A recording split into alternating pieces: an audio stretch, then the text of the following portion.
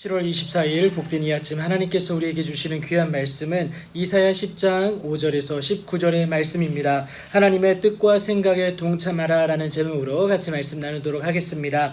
북이스라엘 동맹국 아람도 자기 편으로 만들고 그래서 당시 고대 근동의 패권을 쥔 아수르입니다. 그렇다고 그 힘을 착각하면 안 되는 것이 그는 내 진노의 막대기다. 그리고 그 손의 몽둥이는 내 분노다. 결국 여러분 경건하지 아니한 나라와 하나님을 노하게 한 백성을 심판하기 위한 하나님의 심판의 도구로 쓰임받은 것이다 라는 겁니다. 여러분 그렇다고 해서 아수르가 괜찮은 것이 아닙니다. 여러분 하나님의 백성인 북이스라엘과 남유다도 심판받는 마당에 하나님이 없는 그들에게는 당연히 여러분 화가 있을 수밖에 없다라는 것입니다. 이들에게 화가 있을 수밖에 없는 이유가 무엇인지 아십니까? 여러분 7절에 나와 있어요. 여러분 그의 뜻은 이같지 아니하며 또 그의 마음의 생각도 이같지 아니하고 라고 얘기합니다. 그러니까 하나님의 의중과 다르게 아수르는 허다한 나라를 파괴하며 멸절하려는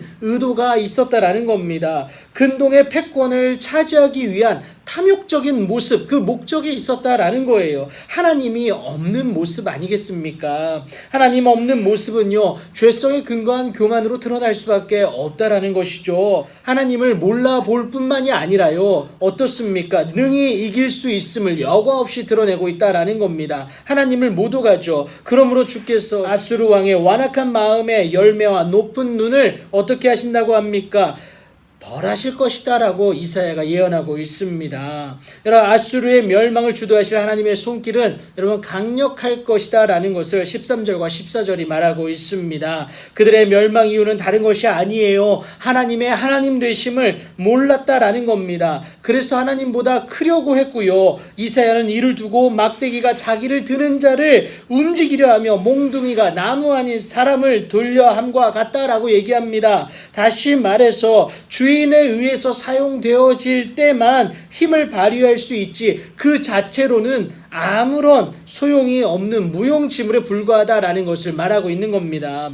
그런데 오히려 교만하여 하나님의 심판을 당하는 것이 아수르의 모습인데요. 여러분 주 만군의 여호와께서 살찐 자를 파리하게 만드실 것이다. 그러니까 아무리 강력했던 아수르의 국력일지라도 쇠장케 될 수밖에 없다라는 것을 의미하고 있습니다. 두 번째는요, 그의 영화 아래에 불이 붙는 것 같이 맹렬히 타게 할 것이다 라고 분명하게 말씀을 하시죠. 외적의 침입으로 인하여서 멸망당할 것이다 라는 것을 말합니다. 여러분 이 일은 하루 사이에 철저하게 벌어질 것이고 무엇보다 전부 소멸되어질 것이다 라는 것을 분명하게 밝히고 있습니다. 실제로요 바벨론의 나보폴라살 왕, 그러니까 여러분 느부갓네살 왕의 아버지입니다. 이 나보폴라살 왕에 의해서 수도 니느웨가 함락됨으로 인해서 아수르는 완전히 멸망하면서 역사에서 사라지게 됩니다. 아이라도 능히 계수할 수 있을 정도만 남을 뿐 모든 것이 진멸되어지게 됩니다.